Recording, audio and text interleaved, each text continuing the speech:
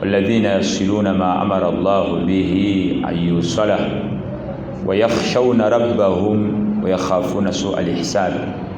وقال مصطفى صلى الله عليه وسلم في حديث عائشة رضي الله عنها قالت الرحم معلقة بالعرش تقول من وصلني وصله الله ومن قطعني قطعه الله. abibitiibwa abakkiriza nkakasa mu mutima gwange n'enjatuza n'olulimi lwange nti tewaliiwo asinzibwa mu butuufu bw'okusinzibwa okuggyako Allah jalla jalaalu ate yekka ne nabbi Muhammad sallallahu alaihi wasallam muddu we ate era mubaka we. Saba Allah jalla jalaalu amuseeko baraka, amuseeko emikisa n'abantu b'ennyumba ye nga bwe yakikola ku Ibrahimu alayhi salatu wassalamu n'abantu b'ennyumba ye. Abaddu ba Allah jalla jalaalu ebinene Allah byawa abantu ebyengera kwe kubeera ng'okyali mulamu. Okubeerako omulamu nange si magezi go, wabula Allah jalla jalaalu liyabluwakum ayyukum ahsanu amala. Akuleseewo Allah otereeze. Tubeera n'omuntu essaawa eno kati nga ku magharibi bagenda mubika naye nga tomanyi kyova olaba obulamu buno Allah jalla jo yabutemaatema mu bintu bitaano. Yagamba ilamu annama alhayatu dunya la'ibun wa lahawun wa zinatun وتفاخر في الأموال وتكاثر في الأموال والأولاد. Chansi nene jendi joli okubeera ng'okyassa.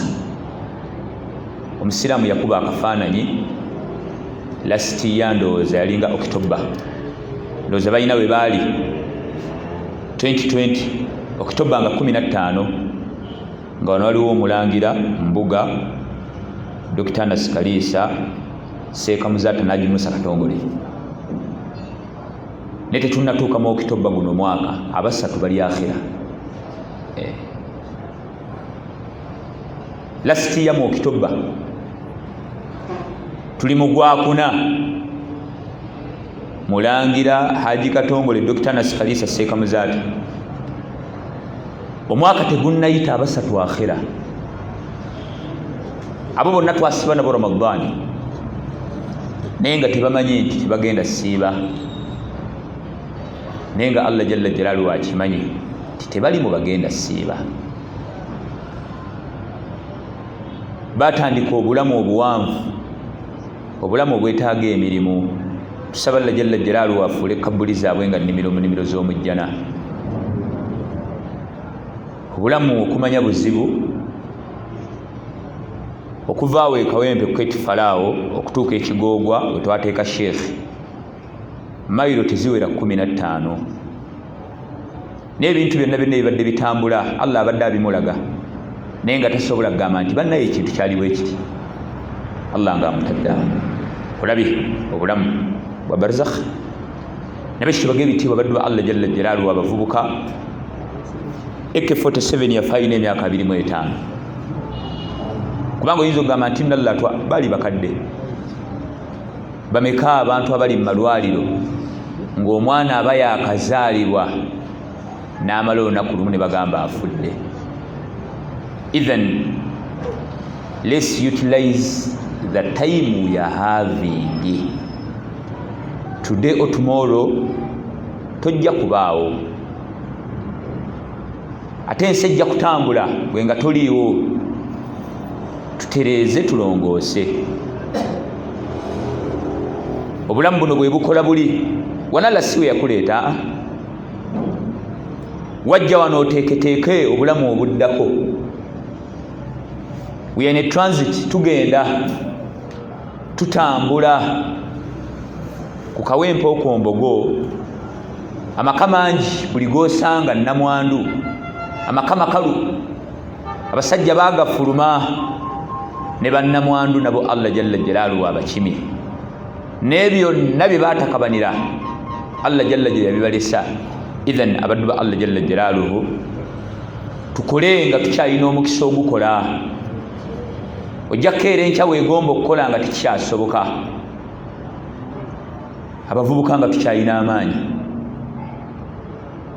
amaanyi g'olina obwongo obukola ennyo si kukwana.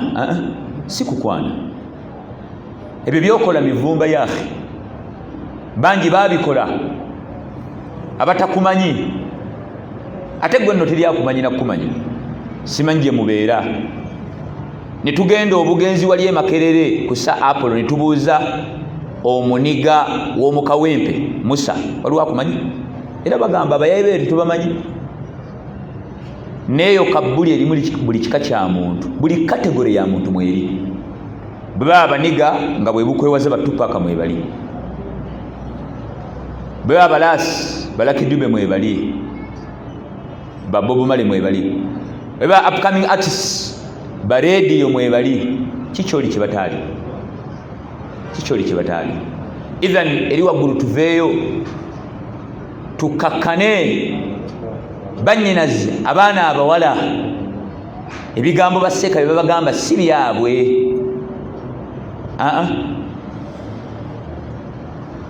Batuusa obubaka okuva eri Allah jalla jalla n'owekitiibwa Nabi Muhammadi.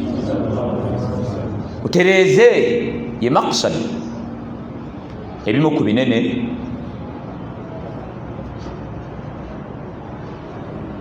era olaba tawhid,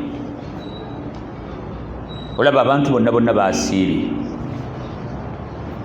Naye abantu bagenda ne bagamba nti nno kati mulina obuyinza obutta okusiba kw'abantu, mulina obuyinza obutta essala z'abantu, temutera okuwulira abantu nga babuuza ebibuuzo ebyo. Gujjawo amaanyi, muleke abasiraamu abaddu mubaleke. Nedda nze mbulina, oba gwe tobulina nze mbulina. Obutta essalayo gwe mbulina kubanga ebitta essala mbimanyi, n'obutta okusiiba mbulina. Nze kale kankubuuza ekibuuzo. Singa omusajja ajja n'akubuuza oba omukyala n'agamba seeka salaamu alaykum, ngenza okusaala dhuhuri n'ensala laakamukaaga, osadde mukaaga, oli musiraamu mupya? Nti nedda, bajjajjange bonna basiraamu. Obadde weerabidde? Nedda, mbadde sirabidde. Nkimanyi zibanya naye nze njagadde mukaaga. Ti mukaaga. N'agamba ate bwe ntuuseyo ne ŋŋamba Allahu akbar, mu kifo ky'okusoma Al-Fatiha nsaalidde Nabbi inna Allaha wa malaikatahu yusalluna Allahumma salli wa sallim. Bwe ngenze ku rukuu ne nsoma Ikhlas qul huwa Allahu ahad Allahu samad. Bwe ngambye sami Allahu liman hamida ne ngamba a'udhu bikalimati llahi. Bwe mbadde ku sujuud ne nsoma qul a'udhu birabbil falaq. Bwe mbadde ku tahiyatu ne nsoma Yasin ne mala ne nsaza salaamu. N'akubuuza essola yange entuufu, omuddamu oti wangi salaamu alaykum, omuddamu otya? Gwe olina obuyinza obugitta, lwaki gwe ogisi? Lwaki ogisi? Kati naawe kulevetta esswalawo okoma, kati ate nze awo nsingawo. Nze nkugamba woba olina obutakkaanya n'abantu ba famire ne ssengaawo ne kkojjawo ne baganda bo, osibira bwereere, osaalira bwereere. Okitegedde ekyo? Ng'olina obutakkaanya n'abantu b'oluganda, bannyoko, baganda abo mulogaŋŋana, ebyabaawula ttaka. Abantu abasinga obungi baawukana lwa bakyala. Omukyala n'avuma abantu ba famire n'abakola bw'ati ng'aja aseka busisi, aseka busisi, amwenya. Omukyala gw'olabye obukulu n'avuma bannyoko ng'oseka, emmiya mukazi. Allahu akbar. Omukyala gw'olabye obukulu ate bakola n'ebinene ne bavuma ne bannyaffe. Maama n'agamba ewaagi gundi omukazi yannemesaayo kubanga buli kaseera omuwaana hani oyo nno gw'oyita omubisi gw'enjuki bugenda kukeera enkyalla amufuula ekigagi, ajja mmufuula kaziire. Tolaba nti nomuyita hani, olemera kumutegeera nti yooyo.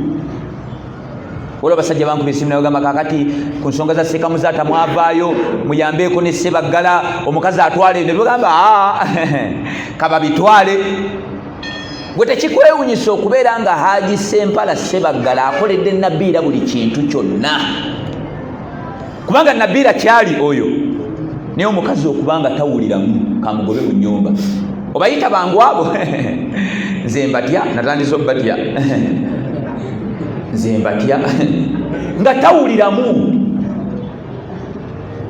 kale at least yandifunyeemu ekisa nedda tawuliramu ate nekisembayo agenda kujjako mutwe kakati nze nkugamba ng'olina obutakkaanya n'abantu ba famire weeriire emmere lya piraawo mulamanzaani bwe kibanga obutakolagana bantu ba famire Allah takkiriza mirimu ate kiri kikyokubanga olina obutakkaanya ne kitaawo bane maamawo ate ekyo mibaabi awula kubanga asulu y'oluganda bakadde asulu y'oluganda Allah jalla jalaalu sheekh jali mu kabuli nga nkyali mwana muto gwe nasooka okuwulira nenjagala nnyo omusomo gw'okugondera abakadde nalinda mu sekendwe senior 1 okuva ku senior 1 nga nne emyaka 13 we nagendawo ku bulo parents nasooka kuwulira kutuba Sekamuzaata sobola butayogera ku bakadde afune empeera asulu y'oluganda bakadde bwe kibanga just okwawukana ne ssengaawo ne kojjaawo tomubuuza abantu bangi balina ebigambo byeboogera nagamba nze taata kasita yafa ekkubo eridda mu kika n'enditta tonyumiza birala maama kasita yafa tonyumiza bakojja kankwamulira ag'essanyu olunaku lwe walekeraawo okulambula bakojja lwe lunaku Allah lwe yalekeraawo okutwala byokola okuva ku ssala mpaka ku bisigadde wallahi olunaku lwe wabata ne Allah lwe yakuta iseeka baganda bange balunda embizi be babo onofuna ba Abubakar Siddiq aba balunda embizi be babo abanya omwenge be baba abo bwe kibanga okutula eŋŋanda ate kiri kitya abakadde abantu bagenda ne boogera ebigambo by'ekisiru taata ne muwa ssente n'azitwala alimidde mawuledi alimidde mu nnyimbe nze taata namuvuddeko oyinza nokulowooza oli ku imaani kumba olina majinni taata wamuvuddeko mama agamba te ku mukazi wange tekisoboka kati mama ayagala nzaalemu ye abaana astaghfirullah gweyogerako omumanyi olubuto abadde ojjamu abantu bangi embuto bazijjamu oyo yagumiikiriza emyezi 9 oyo emyezi 9 oyo gozanyirako oyo gotayagala agambe ku mukazi wo sahabi yajja eri Abi Darda radiyallahu anhu sahabi al-jalil namugamba Abu Darda oli sahabi yali tabi nina mukyala wange mwagala nnyo ne maama ngamba mute Abu Darda yamuddamu ekigambo namugamba onamubuuza nkole nti Abu Darda yamugamba inni sami'tu Rasulullahi sallallahu alaihi wasallam yaqulu nawulira Nabbi Muhammad ngagamba aliwalidu awsatu abwabil janna fa in shi'ta fa'adhi dhalika libabu aw ihfadhu abakadde mulyango gwa wakati gwa mujjana abayagadde agukuume abagondere bye bagamba abayagadde abajemere ayingira omuliro Abu Dawuda yali amugamba omukazi mutte kyova olaba bw'oba ogenda okuwasa omukyala sooka omutwaleko ewa maama gwenfunye bw'aba tamwagala muleke funa omulala omunaddiini tamwagala maama agamba te ku mukazi wo omukazi Allahu akbar maama akuba essimu tokwata mbw abavubuka mbu temukola mirimu maama ayoza atya ebintu n'okwoza engoye nga mwagaana ga siniya 6 buli waka maama nakola emirimu nga bemuli. Nabbi Muhammad sallallahu hadithi Abdullah ibn Mas'ud bamubuuza, Abdullah ibn Mas'ud yamubuuza ayyul amal ahabbu ila Allah, hadithi eri mu Bukhari ne Muslim. Mulimu ki mirimu gyonna Allah gwasinga okwagala? Nabbi Muhammad sallallahu kyagenda okwogera, agenda kwogera obubaka obuva eri ani?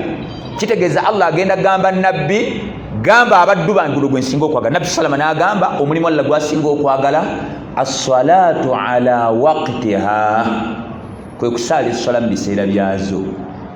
Namubuuza thumma ayyu, essala bwevaako kyekiddako? Nabbi n'agamba birrul walidaini, okuyisa obulungi abakadde abameka. Nabbi yali akimanyi nti Ramadani gyeri ne hijja ne zaka, ne Allah yamugamba bagambe nzizaako bakadde. Okuyisa obulungi abakadde kizitowa okusinga okusiba Ramadani.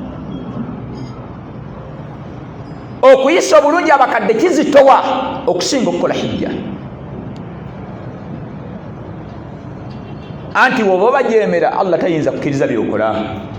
Baseka batero tugamba ate nga kituufu nti emyaka 13 nabbi gye yali e Makka sallallahu alaihi wasallam, emyaka gyonna yagimala ali ku la ilaha, si bwe kiri? Ogw'ekkumi n'agenda Mi'raj. Mu Rajabu nali nsomesa nnyo Mi'raj, abantu batandika okutegeera Mi'raj. Abantu bamanyi Mi'raj muli ebigambo. Imam Bukhari yaleeta hadithi 2 mu Sahih Bukhari. Emu yagireeta mu kitabu Salah, endala nagireeta mu kitabu Manakibu Sahaba. Imam Muslim ye yaleeta mu baabu kitabu al-iman, naye wali ebigambo. Naye omwaka ogw'ekkumi Nabbi Muhammad watwaliwa n'afuna kuki? Wano wonna nga ali ku la ilaha, ali ku la ilaha tawhid. Ne lwakuba la ilaha illallah kyekizito, nabbi teyali ku la ilaha illallah yekka. Waliwo ekirala, era kyova olaba kikulu nga yakatandika obubaka e Makka omwaka ogusooka ogwokubiri, kubanga ebyo tebitingana, bitambula ebyeri. Okimanyi ekyalina la ilaha illallah nga ne sala tennakka, naye nga nabbi abyogera bibiri. Bw'amala la ilaha illallah kyazzaako, sahabi omu, hadithi eri mu Bukhari, agamba obubaka awalu nubuwa, obubaka nga bwakakka omwaka ogwokubiri, nayingira mu nnyumba omwali Muhammad sallallahu alaihi wasallam, ne mugamba man anta, gwani? Nangamba nabiyun. Namubuuza wama nabiyun, nabbi kikyotegeeza? Namugamba arsalani llah, Allah antumye. Namugamba bi ayi shay'in arsalaka, akutumye naki? Namugamba ebigambo, namugamba arsalani llah bisilati al-arhami wa kasri al-awthani wa an yuwahhida Allah wahda. Allah antumye ngamba abantu bayonge nganda zaabwe, bamenye n'amasanamu, yani tawhid. Chovola Ibn Abbas radhiyallahu anhuma yagamba mu Qur'ani mulimu aya 2 nga zonnongo nga bitambula ebyeri, nga bw'okolako ekimu ekyokubiri Allah takikkiriza. Aya esooka mu Qur'ani buli Allah wagamba wa atiu llaha wa atiu ar-rasula, buli Allah wagamba banne mugondere Allah, abazza kugonderani. Era omuntu bwagamba nze tonnyumiza bya nabbi, njagala aya oyo taba musiraamu. Aya eyokubiri nga nnongo, buli Allah mu Qur'ani wagamba wa abudullaha wala tushiriku bihi, buli Allah wagamba la ilaha illa Allah mu Qur'ani tawhid, abagenda kuzzaako wa bil walidaini ihsana, bakadde. Ekyo kyokka darasa ne bwekomaawo okeera enkyanga Allah yakarrana wakati wa haki na zaka, bakadde ekyo kinene. Nga Allah tanalagira swala na zaka na kusiiba, Nabbi Muhammad nga bamala la ilaha illa lazzaako bakadde, azzaako kunyonga luganda. Kankweyo aya 5 zokka mu Baqara. Allah yagamba atya, wa idh akhadhna mithaqa bani Israil la ta'buduna illa Allah wa bil walidaini. Olabi tawhid kitone ekyo. Allah nga bw'amala hakki ye, kubanga haqqullah, hadithi ya Muadh ibn Jabal, Nabi salama amugamba atadiri ya Muadh, atadiri ma haqqullahi ala al-ibadi wa ma haqqu al-ibadi ala Allah. n'agamba Allah ne nabbi basinga okukola ki n'abagamba fa inna haqqa Allah ala al-ibadi an ya'buduhu wala yushriku bihi mu Baqara olabo yagamba wa idh akhadhna mithaqa bani Israil la ta'buduna illa Allah wa bil walidaini mu Nisa yagamba ati Allah yagamba wa'budullaha wala tushriku bihi yabagamba banne la ilaha bwe yamala nazzaako wa bil walidaini mu An'am yagamba ati yagamba qul bagambe ta'alau atilu ma harrama rabbukum alaykum alla tushriku bihi wa bil walidaini mu Isra yagamba ati yagamba wa qadha rabbuka fi'lu madhi wa qadha rabbuka alla ta'budu illa iyyah wa bil walidaini imma yablughanna 'indaka al-kibar أحدهما أو كلاهما فلا تقل لهما أف ولا تنهرهما وقل لهما قولا كريما واخفض لهما جناح الذل من الرحمة وقل رب ارحمهما كما ربياني ملقمان يغامبك الله يغامب إذ قال لقمان لبنيه وهو يعده يا بني لا تشرك بالله إن الشرك لظلم عظيم نوى وصينا الإنسان بوالديه حملته أمه وهنا والله الله ناليته kinene kubakadde n'okuyunga oluganda kubanga ebitambula bibiri olaba omuntu wakola shiriki nga tandise okusamira tumubeera wala watandise okusamira ne wano Allah ina kyeyogera olw'okufaddala bakadde baffe n'agamba wa injahadaka ala an tushirika bi ma laysa laka bihi ilmun senga taata akuyita okwate mu bigali mama osamire aw fala tuti'uhuma tokola ki ne Allah yakimanya nti bw'onoojemu okusamira nabo Allah yakimanya nti nno bajja kunyiiga n'ayagala okole ekigendo bazza wadde wantu bagondedde n'agamba ne waswahibuhuma fi dunya n'abagamba sukali mubawe la ilaha illallah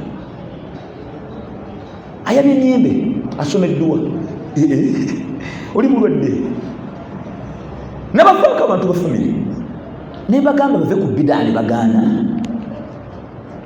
kulya buli mu kyere n'ekijja nakikyusa zibanzika enkobe abantu basinga obungi tebalama kubazika nkobe lwa imaani ku kijja kyabwe yasobya si imaani okuziika omuntu mulimbo tekirina nkwaso najjana etya olaba wali Madina Nabbi Muhammad bamutadde sallama newe bakuteekawo okumpi n'ennabbi ng'ofudde olina omukazi omukatuliki embogo zimuyitako wadde olinaani ennabbi kati ate ng'onyumiza limbo y'enkoowe newe bakuteekawo okumpi naye ng'ofudde olina omukazi omukatuliki emiggo gikkuwa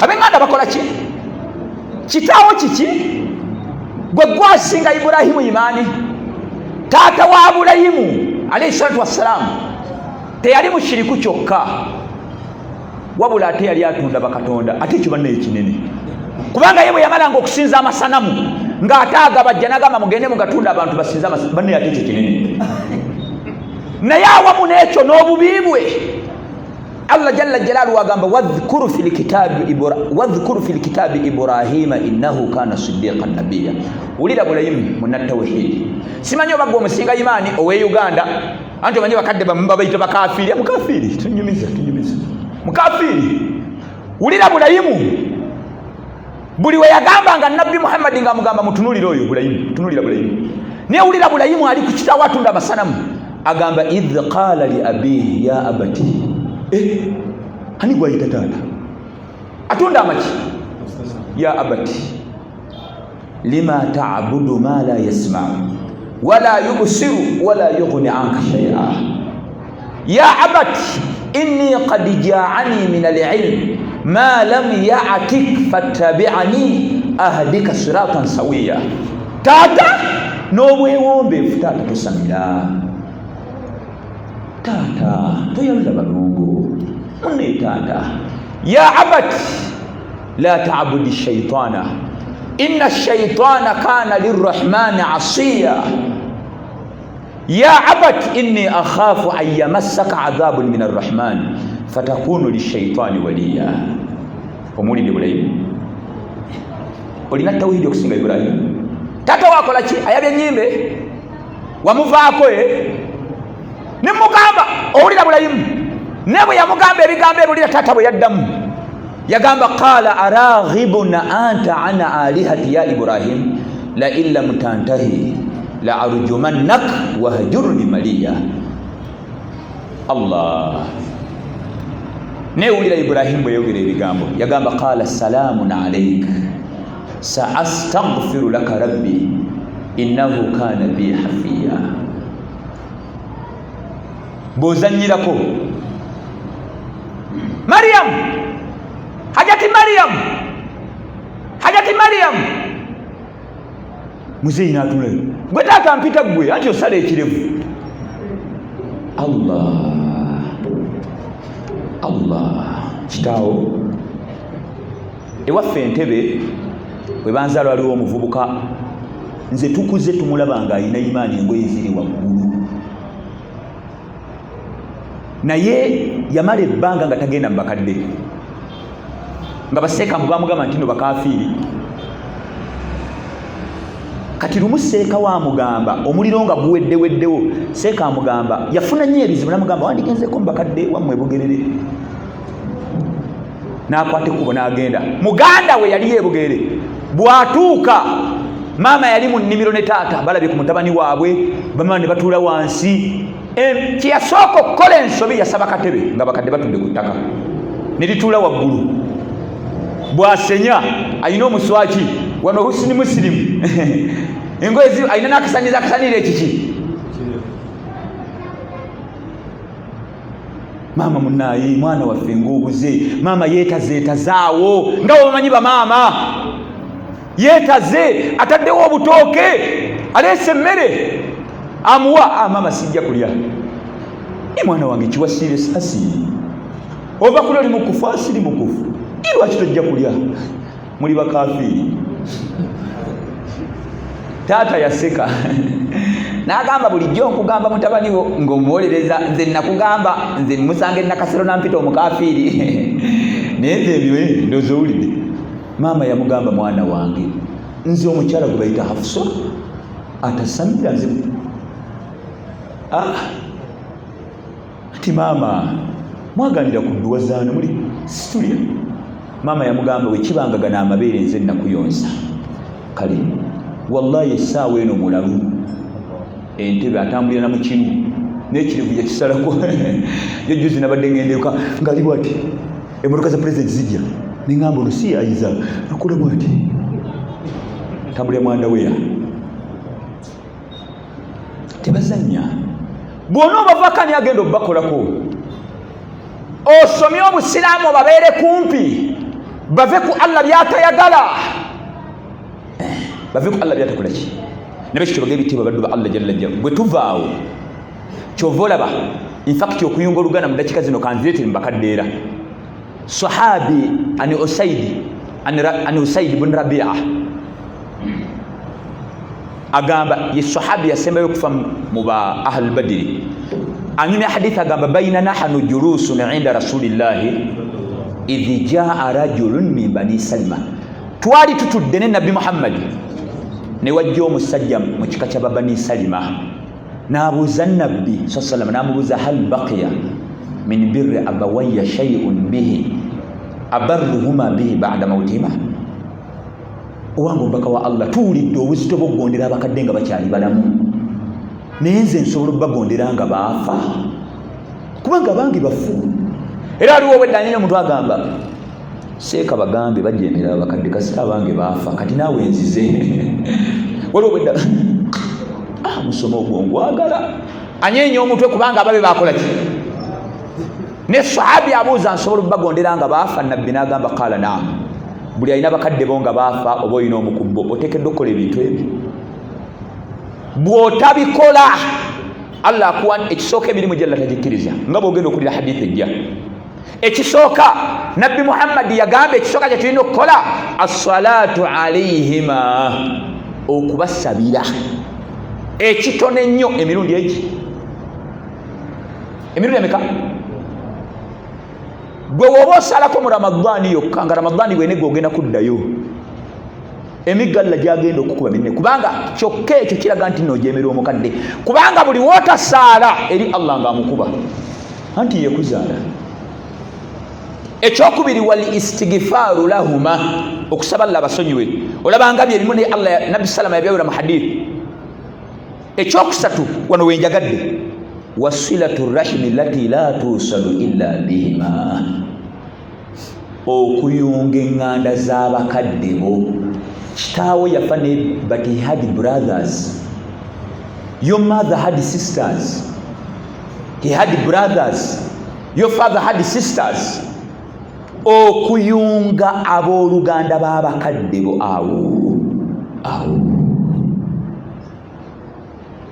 sawaun basiraamu si baki abasiraamu muddeyo mu famire zammwe wemba mwagala emirembe ku nsi kuno mu kabuli ne ku akhira muddeyo mu famire. Mwanyoka ali mu owino atunda gonja atunda kasooli bakola mu restaurant bannyinaffe bakeera n'akola aweereza mmere mwannyoko at the end of the day ne bamuwa 4,000. Oyina emmotoka eyiyo, oyina ey'omukyala, oyina etwala abaana, oyina ey'omukozi. Mwannyoko nga batu bafaanana naye mu Ramadani basoma ku luno gamba amin mwannyoko nga batu bafaanana bali mu bufumbo gye baafumbirwa bwe wamugaba bwoti we pa towulizanga ali mu bufumbo omusajja amukuba. Lwaki toyambyeko mwanyonka ku bbeere lyerimu. Ibn Abbas radiyallahu anhuma yalamira omuyizi Sa'id ibn Jubayr yali atulamira yagamba la tusahibu qati'ir rahim. Omuntu yenna kasita omulyamu ebigambo n'agamba nze famire nagita wemba mbadde mukolagana mu bizinensi oyo muveeko. Kasita owulira omuntu ng'agamba bafamire yabavaako wallahi oyo muveeko ebigenda okuddiira Allah agenda mmukuba naawe. Gwe senga bagamba nti omusajja oyo ayeekera gavumenti emunoonya wa ADF oyinza omwerinaanya era nga tebannakwata ye twawulidde wabaddeko naye mwabaddeko ekkongo wamukubira ku ssimu naye abantu abakutula oluganda bayeekera ba Allah iseeka ng'asala tava Makka. Ibn Abbas agamba lwaki kubanga fa inni wajadtuhu mal'unatu fi kitabillahi thalathat mawadhi agamba kubanga yamusanga mu Qur'ani ng'omuntu akutula oluganda Allah yamukolimira mu aya ziri ng'omuntu akutula oluganda ali mal'un. Allah yamugoba mukusasira ku aya ziri leta aya mu Qur'ani nga Allah akolimira omuntu ali embizi oba anywa omwenge mbokwana oba kinaana omwenzi nga si mufumbo miggo naye ono mal'un. Aya esooka mu Surati Baqara Allah yagamba alladhina yanquduna ahada Allahi min ba'di mithaqihi wa yaqta'una ma amara Allahu bihi an yusala wa yufsiduna fil ard ulaika humul khasirun. Ulira Allah kyayidako yagamba kaifa takfuruna billahi wa kuntum amwata hawiso kafiri. Aya yokubera eri mu Surati Ra'd Allah yagamba walladhina yanquduna ahada Allahi min ba'di mithaqihi wa yaqta'una ma amara Allahu bihi an yusala wa yufsiduna fil ardi ulaika lahumul la'na wa lahum su' imama ne obatumanyi warabu agambo lana tokawulira waddu warabu tulumanya agambo lana tokawulira. Aya yokusatu eri mu suratu Muhammad Allah yagamba fahal asaitum in tawallaytum an tufsidu fil ardi wa tuqatti'u arhamakum ulaika alladhina la'anahumullah fa asammahum wa ama absarahum. Abagobi Allah abagobi chuvula basahaba radiyallahu anhum bagamba qati'ur rahim omuntu akutula oluganda mal'unatun asigala mukolimire walau mata fi jawfil Kaaba ne bwafira mu Kaaba munda. Senga omuntu ave ne Uganda nga abadde ayenda anywa omwenge kantekeko na kino nga tasaala kantekeko na kino nga akola shiriki ng'alya ne riba awo gonna amazambi genjogedde manene naddala lya shiriki ne mazambi gali bayina la abudi wa rabbu wakati wa Allah nani n'agenda e Makka n'agamba ye Allah ebyokusamira mbivuddeko n'asaala esswala n'amala e Makka emyezi ng'esatu mwezi. Allah n'atunula mu kifuba kye nga ddala ddala omusajja abikoze eki n'agamba ye Allah sonyiwa. Omusajja oyo n'amala afiira ku Kaaba. Omuwulidde oyo? Ne wabaawo omusajja omulala owulidde byabadde akola? Owulidde byabadde akola? Oyo n'afiira ku Kaaba Kigalo.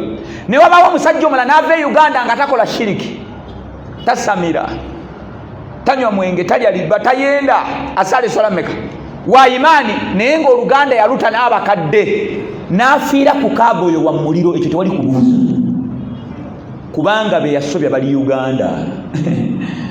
Amazambi ge yakola gali baina al-abdi wa abdi, gali Allah mwangu okusonyiwa kuba gali wakati we naye.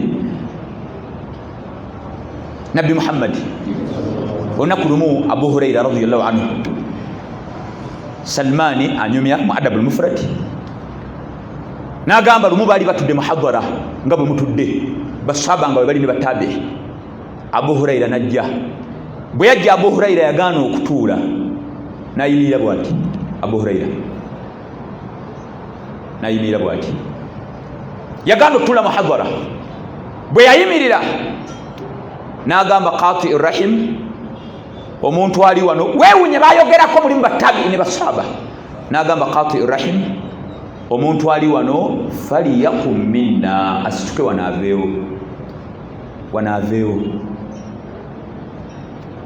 Ekigambo ekyo tabi yarawa agamba falamu yaqumu ahadun hatta qala dhalika thalatha, tewali yayimuka kuvaawo okutuusa Abu Huraira bayogera ebigambo emirundi egi. N'agamba omuntu ali wano nga takola na bantu ba famire aveewo. Bwe yakyogera emirundi esatu ne wabaawo omuvubuka avaawo asituka n'agenda eri sengaawe qad saramaha mundhu sanataini, yali amaze emyaka 2 nga takolagana naye.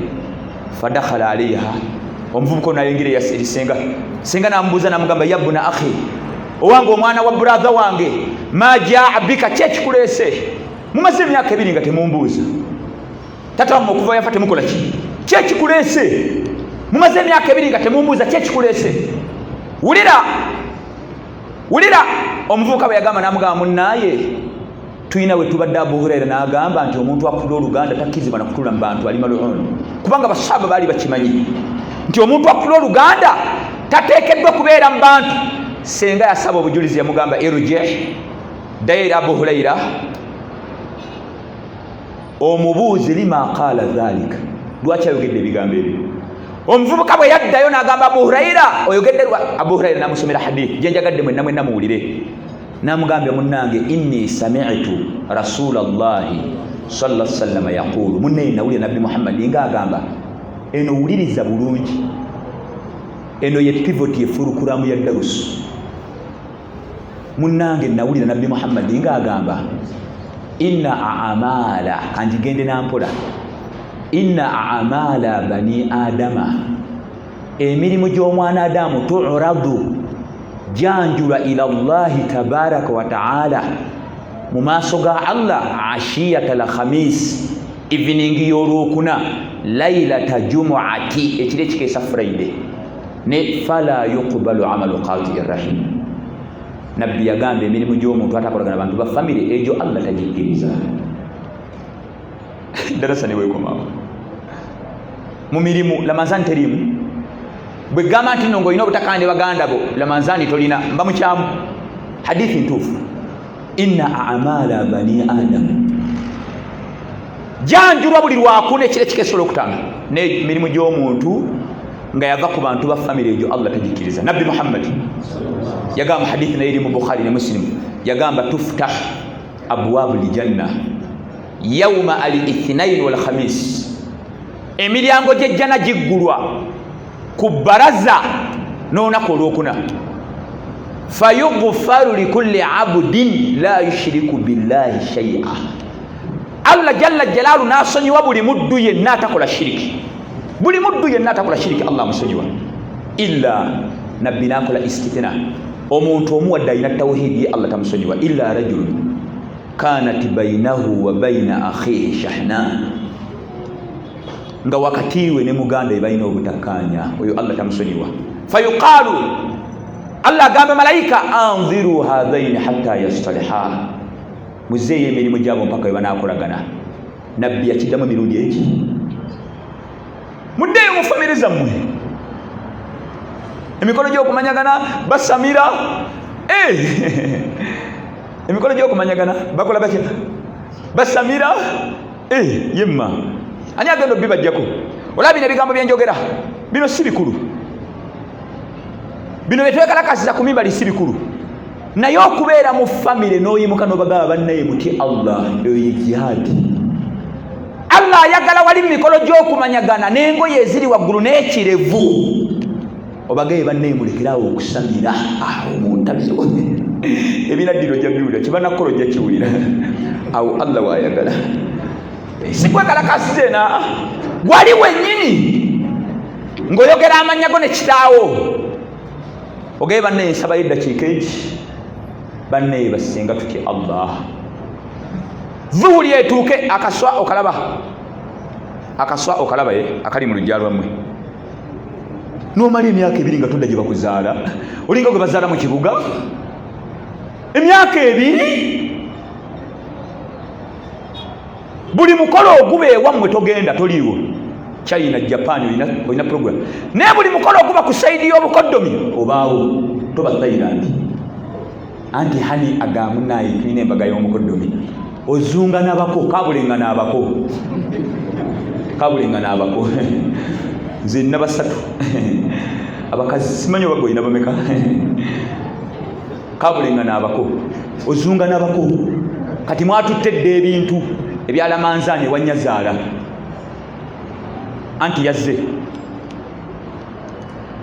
bebi, bwolaba nno gwe bayita bebi, omukazi yeefukamiza mu maaso go, sweet bebi. Engeri gye tugenda mu kisiibo mbadde nsaba maama tubaweereze ensawo y'omuki, n'oyimuka tekisoboka, sobola kugulira nyazaala wange Pakistan, njagula basimati, era ebintu byagenze dda. Naye sengaawo ali mbasabiriza ku muzikiti, taata w'omuntu ali mbasabiriza ku muzikiti, maama wo talina bya futaali, ozunga nabuko. Omanyi Oluganda lwozanyirako, muddeeyo mu mikolo gy'okumanyagana, seeka bakola ebitali bya ddiini. Anti Allah yalagira, ya ayuha nnaasu inna khalaqnakum min dhakarin wa untha waja'alnakum shu'uban wa qabaila litaarafu. Kyova olaba Umar ibn Khattab ne Ibn Abbas bagambanga ihfadhu ansabakum, banne mumanye endyo zammwe, mugende mumanyagane, tasilu arhamakum, muyunge nti. Yayogera ekigambo Ibn Abbas n'agamba wa kullu rahim atiyatun yawma alqiyama amama swahibiha. Oluganda lugenda kujja mu maaso ga buli muntu kunaku lw'enkomerero, kubanga Oluganda kitonde ng'ekireso kimanyi nga tashhadu lahu bisiratin inkana wa salah, nga luze kugamba ayi Allah, katugambe ogenda mu jjana, lugambe ayi Allah ono yafata kolagana na sengaawe, Allah awulirize bakwate bakasuke mu muliro. Anedda nga luze lugambe Allah akyakubala, lugambe ayi Allah ono omusajja yali ayunga abantu ba famire nga takola shiriki, naye ng'ayamba abooluganda, agendayo nga Allah abadde agenda kukoca omuliro lw'amazambi, Allah kwata kuyingiza ejjana. Ate wa alayhi nga luze kulumiriza lukolimire, inkana qata'aha, oba walukola ki. Buli we tubeerawo mu bantu ba famire bingi ebitakolebwa, buli we tubeerawo awo mu kanzu yo mu ngoye. Nze omanyi kyenfunye, kyova olaba nze buli we basoma edduwa ya muzeeyi eya buli mwaka, kubanga mu famire kino kyendi tetukiri bangi, tebakulimba. Nze kitange tuzaala abaana 6, kati bwe naawala n'abedduwa n'asigazaani, kubanga egyo emikolo gibakuŋŋaanya, egyo gireeta n'abanyi b'omwenge, edduwa yaana nange nga ŋŋamba otyo. Kati olwonzi kubanga nze asembayo okwogera, kubanga kita yatuzaala 60 children, nze omukula stibon. Nze nina abaana abampita kkojja ne taata, yaani bazzukulu ba kitange basukka ebina, okumanya banne baganda bange bazaala basukka ebina. Kitegeeza nti ebintu by'Oluganda bigamba mbimanyi. Naye bwe bakuŋŋaana bati bwenzija ne mbayimira mbwenti badishi qad bamaze okwogera bani zinga jogera ebintu ebyo ne baba ne baki bannaye nga njogera tauhidi awo banne teri kusamira ngamba kola kone swali meka sogera ku bya dua zaabwe teri chance gyoyinza funa ojita ntoneyo omanya abaana be bampadde katwala ako kasomesa obuwalimu ne kubabeera mu katwala kasomesa obuwalimu taata bwe yafa olw'okubeera nga buli kaseera mbeerawo nze muto weewuunya abannonda ku administrator tebalina baganda bange mu maama bagamba ati seeka tuva ku ggwe sisobola kubanga buli wonoobeewala bano abatabitegeera bajja kuzimba essabo ku kijja bajja kuzimba essabo ne buli wobeerawo bingi byoziba gwe genda mu maka g'abatabuliki abasinga obungi babazaala waliyo amasabo anti baabewala babavuma shaitani nebabuza ne Allah kyagenda okukola kwokya ajja kwokya wallahi agenda kwokya kubanga kullukum ra'i wa kullukum mas'ulun 'an ra'iyatihi abo Allah yakujja ngo lyambasada yakujja ngo lyambasada abamade sika emikono egyo mubanga okusamira ekiro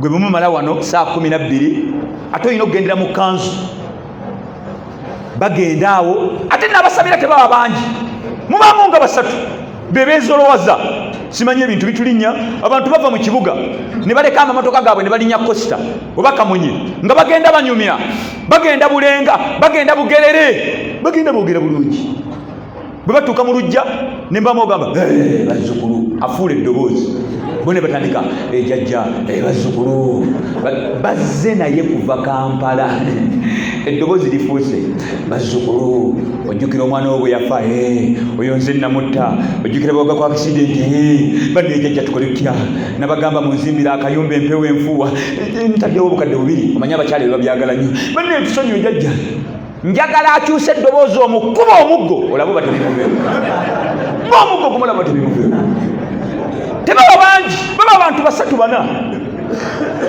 kati kuno okumanyagana bwe kulugwa katugabe bateesiteese pulogulaamu zaabwe ez'okusamira kubanga bagamba bugambi nti no mu famire bakola ki ne tubalabangako kati okumanyagana bwe kugwa saa 12 gwe ng'obeerawo ojja genda okulaba balaba togenda nga bajja baba togenda awendi haja aganye ngaddayo abagamba woyo mulozazani waliwo oli agenda ayitira ddala ewuwo oba nkutwaleko awendi aganye olugwa akawungezi bwe katuuka bona totuuka mu magharibi ng'okwata mugogo bulina akaladi ng'okwata kaladiko subha ng'olawuna addayo na haji kakutta omuggo kati agenda ono okusamira tukujjawo tukutwala ewalala negwe ng'oli ku byo ekyo kyokka oba tumaze okukola ddawa kyovala fi'lu amri Allah kyajja mu Qur'ani n'alagira n'agamba wa anzir ashirataka al-aqrabin eyo wa anzir fi'lu amri kiragiro eyo aya bwe yakka Abu Huraira agamba nabbi yakowoola bajjajjaabe n'agamba ya bani Hashim anqidhu anfusakum minan nar ya bani Murra anqidhu anfusakum minan nar ya bani Abdul Muttalib anqidhu anfusakum minan nar ya bani Manafi anqidhu neweewunye be yali akoola yasembeyo Fatima n'agamba ya Fatima binta Muhammad